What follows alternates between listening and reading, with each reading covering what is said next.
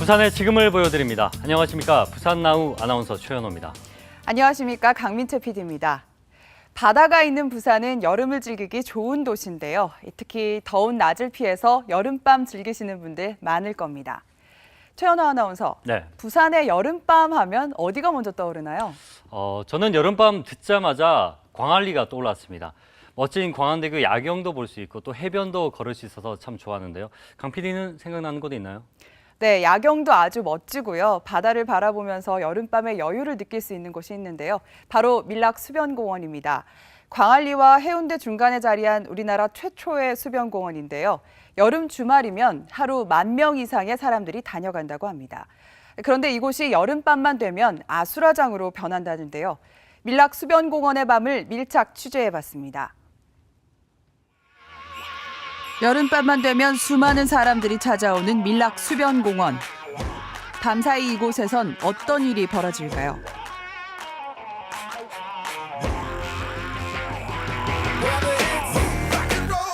저녁 8시. 날이 어두워지기 무섭게 사람들이 수변공원에 자리를 잡고 앉았습니다. 여름밤을 즐기기 위해 이곳을 찾은 건데요. 사람이 많은 만큼 불만스러운 점도 있다고 합니다. 공원이다 보니까 가족들도 많이 나오고 애기들도 많이 나올 건데 여기저기서 흡연하는 게 좀 많이 좀 눈시울을 좀 붉힌다고 해야 되나? 아쉬운 점이 있다면 좀 서로가 정리하는 그런 게 좀 약간 부족한 면이 많이 있다고 생각합니다. 모든 사람들이 지금 먹고 그다음에 남겨놓고 가는 이런 음식물 쓰레기 같은 것들이 이렇게 저희가 버리기에 조금 부족하지 않나 시설들이. I live just down by the beach, and at night it's very loud. Loud? So it's very hard to sleep. There's so many people drinking, screaming. 밤이 깊어질수록 수변공원을 찾는 사람들은 더 많아집니다. 문제는 남녀노소를 불문하고 대부분의 사람들이 술자리를 벌인다는 건데요. 공원 전체가 술판이라고 해도 과언이 아닐 정도입니다. 이런 상황이다 보니 취객들에 의한 사건 사고도 끊이지 않는다고 하는데요. 관할 지구대에선 특히 신경 쓰는 부분이 있습니다. 안녕하세요. 저희 같은 경우 수변공원 가면 이제 특별히 신경 쓰는 게 미성년자들이에요.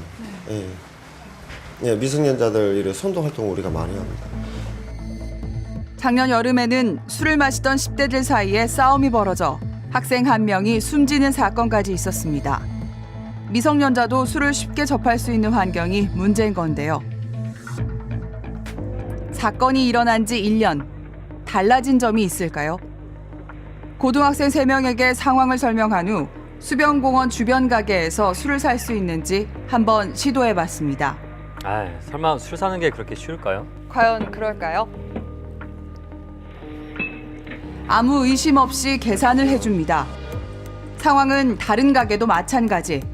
총 5군데 가게 중에 3군데에서 손쉽게 술을 구입할 수 있었습니다.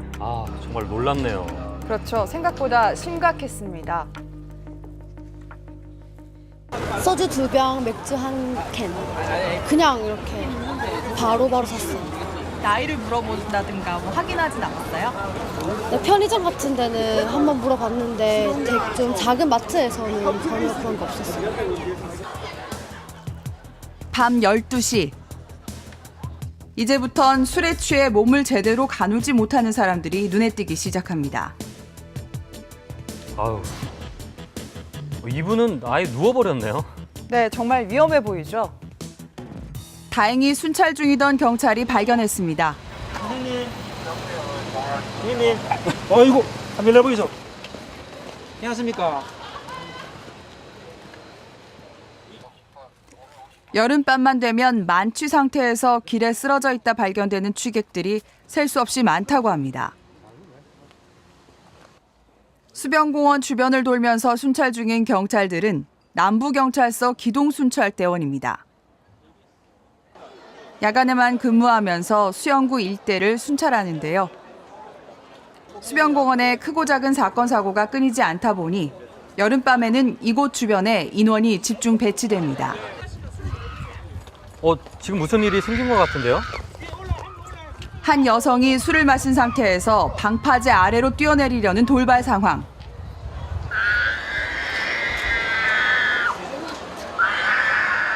정말 위험한 상황인데요.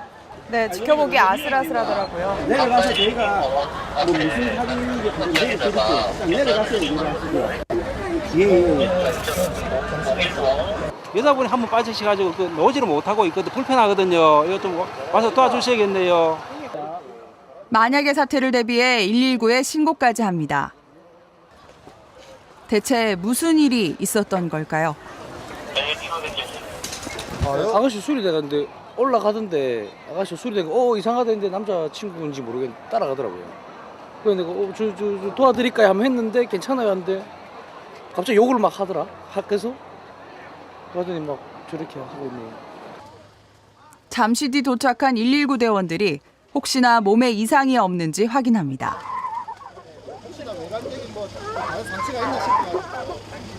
술에 취했을 뿐 별다른 이상이 발견되지 않아 귀가 조치했는데요. 자칫 큰 사고로 이어질 뻔한 아찔한 순간이었습니다. 경우가 많나요? 그렇죠 아무래도. 비일비재하다고 봐야죠. 예. 네네 또 술의 영향도 많이 있는 것 같고 그렇습니다. 새벽 2시 사람들이 떠난 자리는 충격적입니다. 아니 하나도 안 치고 그 자리에 다 버리고 간 건가요? 정말 너무하네요. 네, 정말 심각하죠. 마음껏 즐긴 자리에 남은 건 부끄러운 시민의식입니다.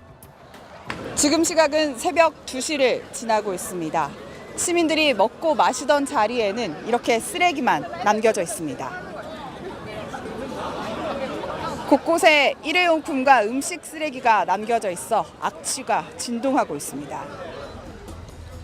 취재 중 쓰레기를 치우지 않고 그대로 자리를 떠나려는 사람들을 발견했는데요. 가까이 다가가 만나봤습니다.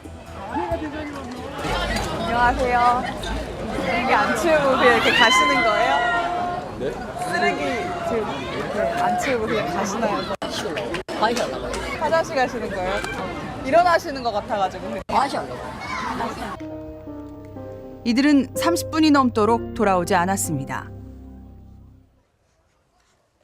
새벽 3시, 환경미화원들의 청소가 시작됩니다. 매년 여름만 되면 쓰레기와 사투를 버려야 하는데요. 사람들이 마구잡이로 버린 쓰레기들을 한데 모으는 작업이 만만치 않습니다. 저분들이 정말 고생이시죠. 네, 맞습니다. 사람들이 많이 몰리는 주말에는 9에서 10톤 정도의 쓰레기들이 쌓인다고 하는데요.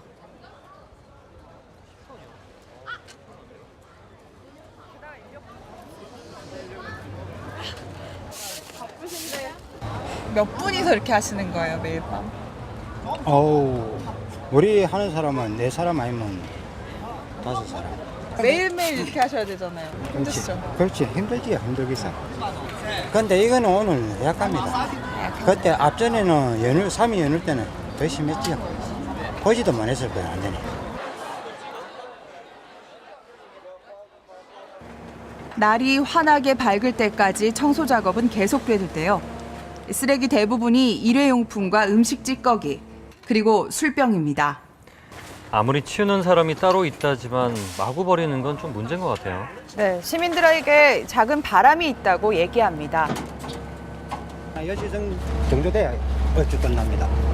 7시간을 꼬박 작업하시는 거예요? 예, 그렇죠. 좀 시민들한테 와서 바라는 게 있다면? 위에만 갖다 줘도 우리는 좀 술 취해. 자루 권리가 있는데 저까지만 갖다 줘도 우리가 작업하기 술는데 그대로 먹고 그대로 일하기에 저기 안 되는 기라. 그래 되면 우리가 단축이 좀 되지. 바닥에 설라면 계단 탔다가 내려갔다 하려면 저기 그래 힘들거든요. 사실은 쫙 쉬는 게. 수변공원은 부산 시민 모두가 함께 즐기는 열린 공간입니다.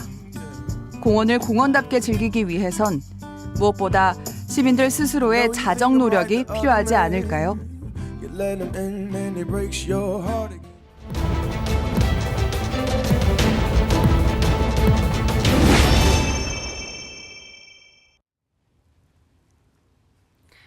길을 걷다 보면 길고양이를 많이 볼 수 있죠. 특히 요즘엔 날이 점점 더워지면서 거리에 고양이들이 더 많습니다. 강 PD는 길고양이들 보면 어떤 생각 드십니까? 네, 무리지어 다니는 고양이 보면 귀엽기도 한데 밤에 혼자 길을 걷다가 불쑥 튀어나오기라도 하면 무섭더라고요. 네, 아마 강 PD처럼 생각하는 분들 많을 겁니다. 사람 손에서 길러지다 버려진 고양이도 있지만 길고양이는 처음부터 길에서 태어난 경우가 대부분인데요. 현재 부산에는 약 20만 마리의 길고양이들이 있다고 합니다. 그런데 길고양이들 때문에 피해를 보는 분들도 있다고 하는데 이 길고양이와 인간이 함께 살아갈 수 있는 방법은 없을까요? 화면으로 만나보시죠.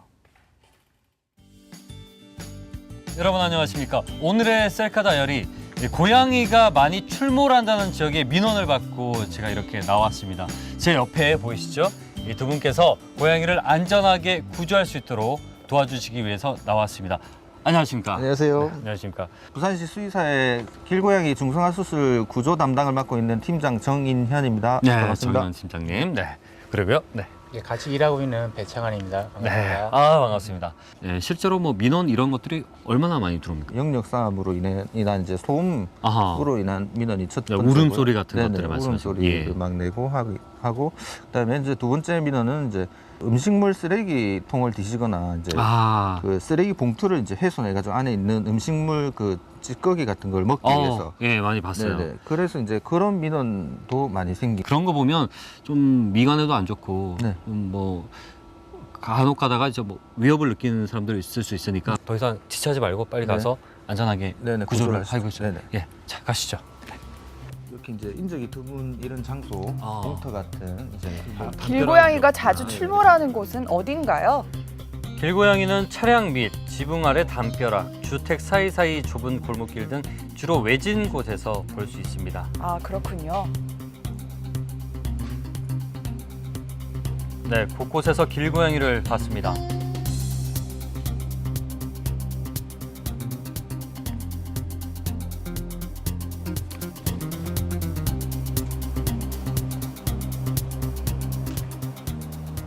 좀 전에 저희가 봤던 곳에 네네. 이 포이트를 네. 갖고 이제 설치를 하는 거죠. 네. 구조형 덫은 이제 두 가지 종류가 있는데 저희가 사용하는 거는 상수가 협소할 때 예. 이제 수직으로 이제 문이 닫히게끔 제작을 한 거고요. 네. 포획틀을 사용해서 길고양이를 구조하는 것이 가장 안전한 방법이라고 합니다. 지금 세 마리가 동시에 포획틀 앞에 왔습니다.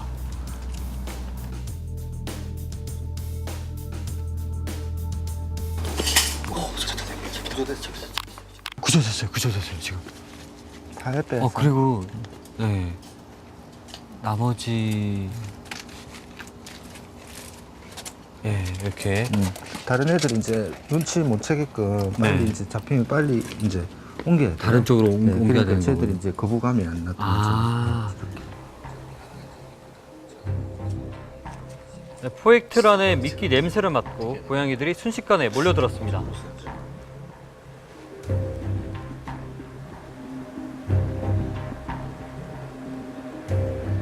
한 마리 더? 네 마리. 네 마리였어요. 어떻게? 엄청 많은데요. 그 포획틀을 뭐 하나 더 설치해야 되는 거 아닙니까? 들어왔어요. 지금 들어왔어요.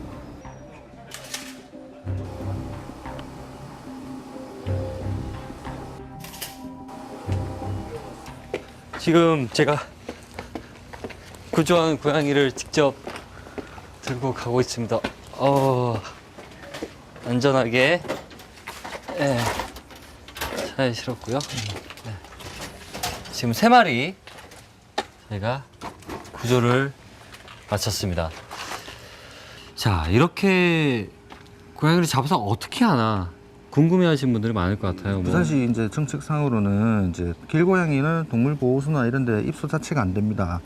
그리고 이제 3개월 이상 자생 능력이 있는 길고양이는 이제 중성화 수술을 한 뒤에 자기가 살던 곳에서 다시 재방사를 하는 사업을 합니다. 고양이를 중성화 수술해서 방사하면 당장은 그 고양이가 없어지는 건 아니잖아요. 길고양이는 걸어 다니는 한 새끼를 계속 출산을 하거든요. 그러니까 뭐 소위 자기 인생에서 거의 80%를 출산한다고 보면 됩니다. 태어나는 새끼들도 이제 또 어미와 같은 똑같은 행위를 반복을 하게 되니까 그거를 이제 저희가 조금 이제 인위적으로 조절을 해주기 위해서. 그렇다면 사람들은 늘어나는 길고양이에 대해서 어떻게 생각할까요? 대부분의 사람들이 길고양이 개체수 조절을 위해 중성화 수술이 꼭 필요하다고 말합니다. 아, 그렇군요. 팀장님, 이런 네. 산에 이제 공원 같은 네. 이런 곳에도 고양이들이 많이 출몰하나 보네요. 등산 오시는 분들이 네. 이제 먹을 거를 주고 이제 잘 돌봐주시고 하시니까. 아. 아.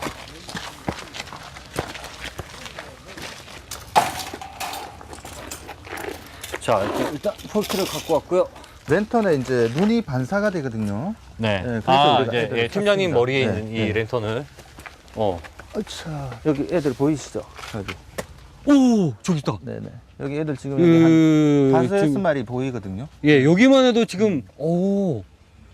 3마리가. 아, 여기 까만 고양이. 네네. 이제 기다리고 예, 있는 여기. 음식물 냄새를 맡고. 저희가 고양이를 보고 왔는데 이 길고양이들 여기서 자주 보십니까? 예, 많습니다. 보통 고양이들 이렇게 내려오면 몇 마리씩 어떻게 내려옵니까? 한 10명. 10명이요? 10마리. 10마리요? 어떨 때는 17마리. 좀 많습니다, 이거. 17마리가 한꺼번에 내려오고 그래요? 예. 고양이 여기 있는 애들 이거 뭐 어떻게 하면 좋을까요? 우리가 이 동물을 갖다가 네. 너무 해코지 하는 것도 안 좋지만은도 네. 우리 개체 수가 자꾸 늘다 보니까 예. 지금 굉장히 많아요. 예. 그래서 이걸 작업을 많이 없애주면 좋겠죠. 알겠습니다. 운동 안전하게 하시고 예. 귀가하시기 바랍니다. 구조대 도움을 받아 저도 직접 포획틀을 설치해 봤습니다. 제가 불로 네, 구웠던 거를 요 안쪽에 네네. 네, 그렇게 놓으시면 돼요. 네, 그렇게 그리고 이제 놓으시고.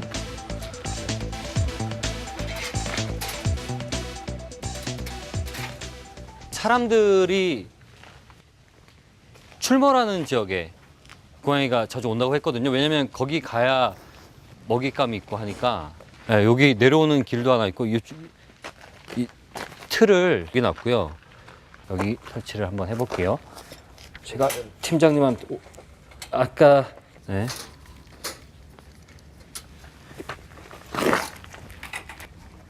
올라왔죠? 뒤에 올라왔다. 안전하게 포획이 될 수 있도록 지켜보죠.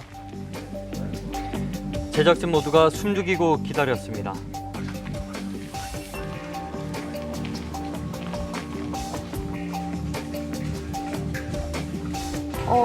고양이가 포획 안으로 들어가는 것 같은데요? 길고양이는 뭐 이제 환경에 따라서 수명이 조금 짧을 수도 있지만 네. 통상 한 14년으로 본다면 네. 이제 태어난 지 한 1년 정도 되는 아. 아이들. 1년 정도면 새끼를 네. 가지고 새끼를 출산까지 다 하는 아, 수 있는 그렇습니까? 이제 다 성장은 다 했다고 예. 봐야죠. 네, 사람으로 치면 뭐 한 20대 정도로 보시면 네. 될 것 같습니다. 제가 아까 포획틀 놓은 거. 들어왔어요 지금. 탔다. 그래서 이게 이제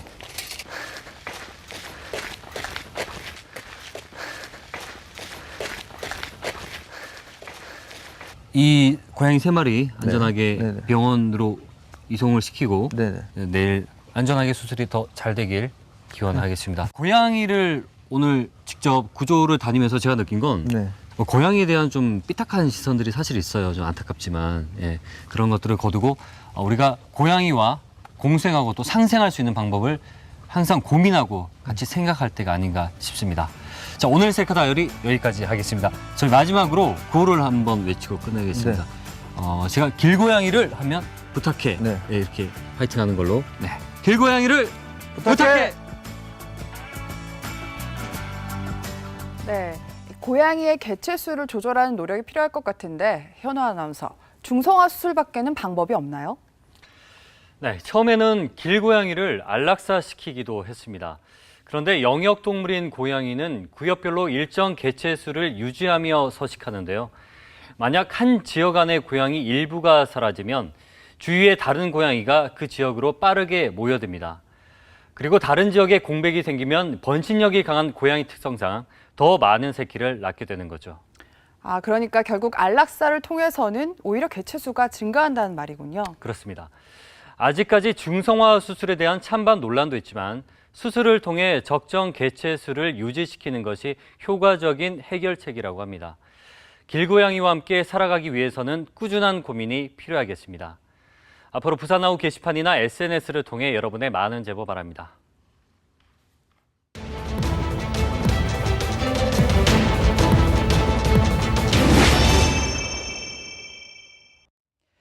올 초 부산 나우에서 생탁 노숙 농성 현장을 전해드린 적이 있었죠. 최현우 아나운서 기억하나요? 아, 물론이죠. 추운 날씨에도 비닐 천막 아래서 농성하시는 걸 보고 가슴이 참 많이 아팠는데, 그런데 현재까지도 이 파업이 진행되고 있다고 합니다. 지난 4월부터는 시청 광고탑 위에서 고공농성을 시작했다고 하는데요. 파업이 더 장기화되진 않을까 걱정이 됩니다. 네, 오늘로써 생탁 파업은 401일째를 맞이했습니다. 45명으로 시작해서 현재는 단 8명만이 남아 자리를 지키고 있습니다. 해결책을 찾지 못하고 파업이 지속되면서 파업 근로자들의 건강까지 염려되는 상황인데요. 부산 나우가 생탁 파업 근로자들을 직접 만나봤습니다. 시청 앞 생탁 노숙 농성 현장. 식사를 준비하는 생탁 파업 근로자들과 지켜보던 경찰 사이에서 실랑이가 벌어집니다. 안에 있는 뭡니까? 반찬. 병이 안 돌아가면은 안 뜯어봐도 돼요. 왜? 뭐?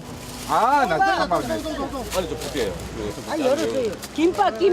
그대로 싸져 있어요. 김밥이에요, 김밥. 아이고, 김밥. 진짜로. 됐어. 아이고, 한번 땡겨 침 닦고 싶다. 이 사람 닦아 쓰는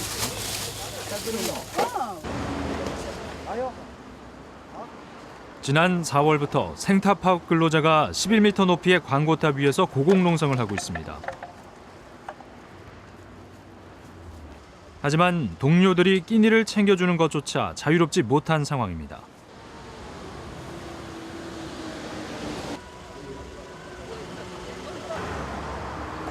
맛있게 드세요. 예, 잘 먹을게요.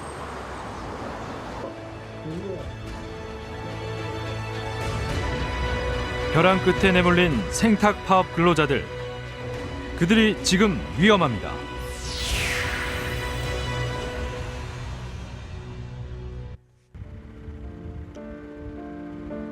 부산시청 앞 광고탑. 지난 4월 16일 생탁 파업 근로자 송복남 씨는 이곳에서 고공농성을 시작했습니다. 그는 왜 이곳에 오를 수밖에 없었던 걸까요? 저희들 생탁은 오늘로 벌써 380일차 지금 파업 진행을 하고 있습니다. 그런데도 회사는 1년간 우리와 교섭을 해가지고 교섭권이 넘어갔다고 저희들과는 더 이상 대화도 안 하려고 하는 그런 상황입니다. 그래서 저희들은 이 현실을 타파하기 위해서 고공농성이라는 대란급 전술을 선택하게 된 것입니다. 도로 바로 옆에 세워진 광고탑. 11m의 높이, 한평 남짓의 좁은 공간에서의 농성은 보기만 해도 아찔한데요. 안에 철골 구조물이 되어 있다 보니까 운동할 수 있는 공간이 없으니까 사람이 움직일 수 있는 공간이 너무 좁기 때문에 그게 가장 힘들고, 그 다음에 생리현상 해결하는 게 가장 고통스럽고 그렇습니다. 고공농성을 선택할 수밖에 없었다는 송복남 씨. 무슨 일이 있었던 걸까? 작년 4월로 거슬러 올라갑니다. 2014년 4월 29일 생탁 근로자들은 근로기준법을 준수하라며 첫 파업을 시작합니다. 하지만 노사 협상에 실패하며 장기화 국면을 맞이하게 되는데요. 결국 올 1월 노숙농성을 시작으로 파업 시작 1년 뒤인 4월엔 고공농성에 돌입합니다. 절박한 선택을 한 겁니다. 전체 파업 기간 400일을 넘어선 현재 상황은 더 심각해지고 있습니다. 부산지방고용노동청 앞. 연이은 협상 실패 속 비닐 천막 아래 생탁 노숙 농성은 기약 없이 계속되고 있습니다. 생탁 파업 근로자들은 심적 고통을 호소하는데요. 농성하신 지는 얼마나 되시나요?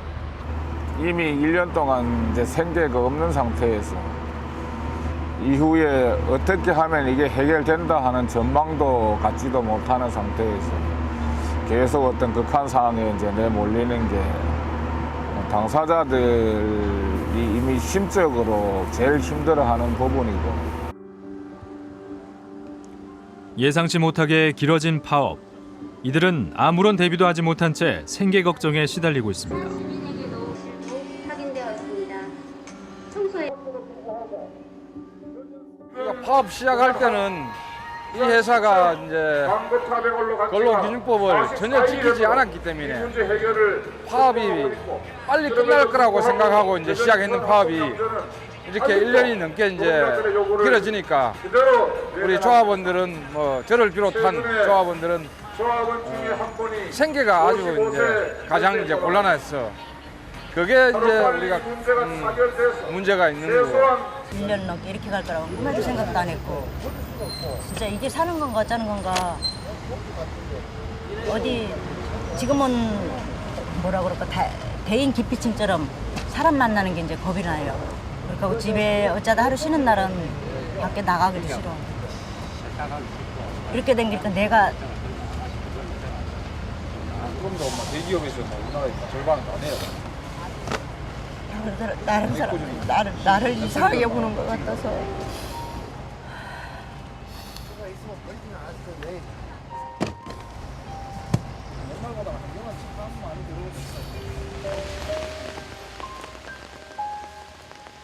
봄비답지 않게 거친 빗줄기가 쏟아지던 지난 5월 시위 현장에 있던 파업 근로자들에게 뜻밖의 비보가 전해집니다.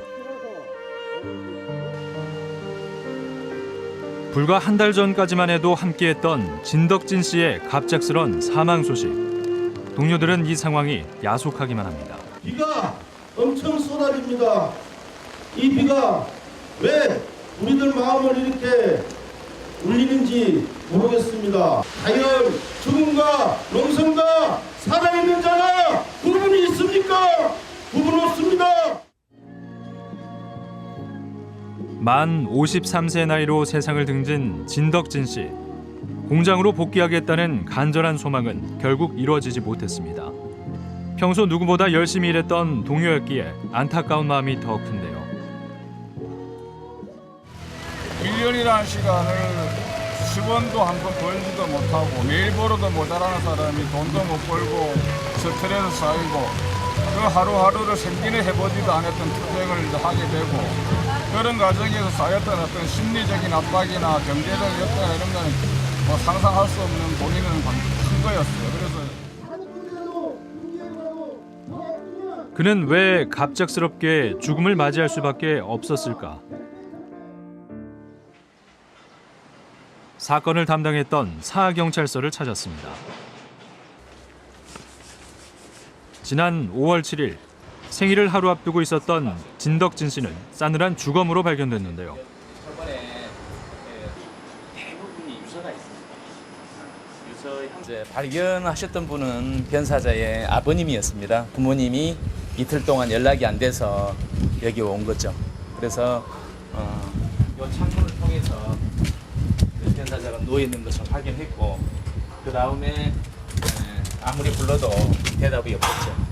그래서 이제 여기에 안으로 문이 잠겨져 있는 것을 벽돌로 유리창을 깨서 문을 열고 들어가서 이제 저희들한테 신고를 한 거예요.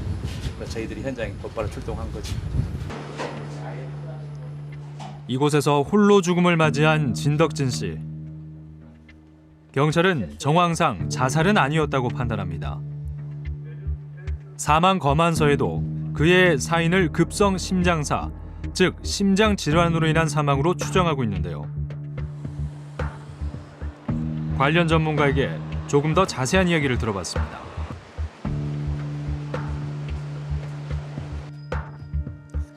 파업 중에 발생한 스트레스가 심장 질환과의 밀접한 연관성이 있다고 지적합니다.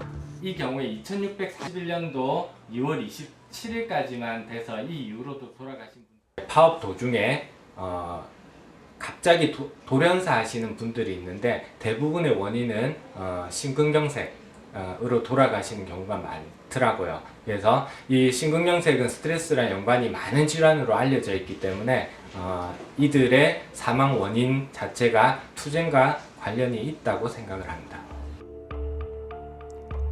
2011년 쌍용자동차 파업조합원들의 사망 원인을 분석한 자료를 보면 파업 근로자들의 심근경색 사망률이 일반인에 비해 18배 이상 높은 것을 확인할 수 있습니다. 그렇다면 급성 심장사로 사망한 진덕진 씨의 경우는 어떨까?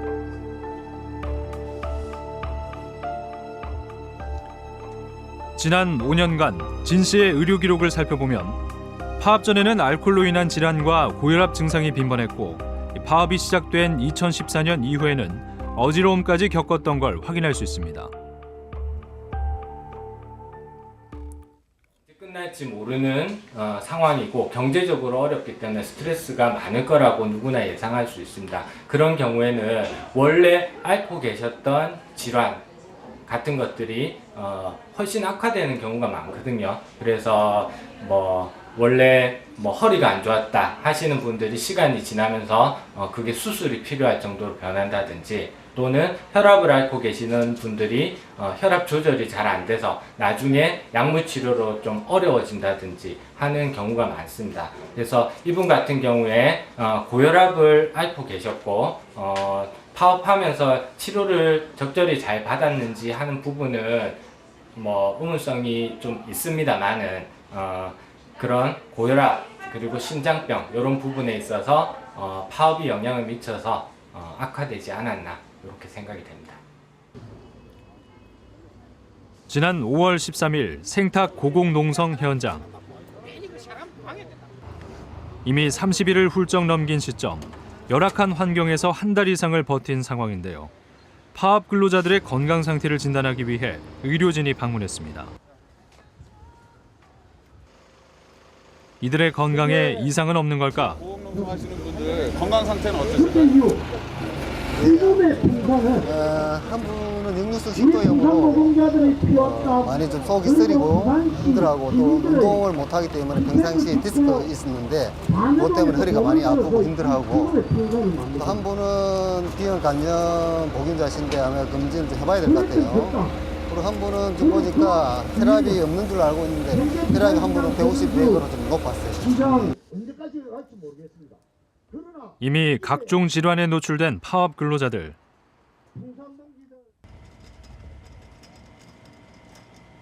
하지만 무엇보다 가장 큰 문제는 장기 파업이 육체적 질환뿐 아니라 정신질환도 동반한다는 점입니다.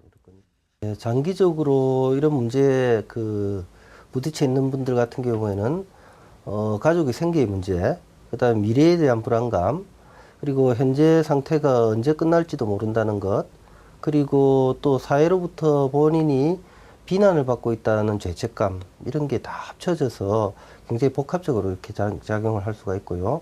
그게 장기화된다면 정신적으로 여러 가지 불안장애라든지 심각한 경우에는 우울증까지도 이렇게 이룰 수 있겠습니다. 실제 한 조사에 따르면 파업 이후 파업 근로자 대부분이 매사에 걱정이 많아졌다고 응답했고 35.9%가 자살을 생각한다고 합니다. 생탁 파업 근로자들은 어떨까? 해를 넘긴 장기 파업으로 이들은 벼랑 끝에 위태롭게 서 있습니다. 모든 게 힘들죠. 힘들고 진짜 말이 안 나올 정도 지금. 진짜 너무 힘들어요. 너무 힘들고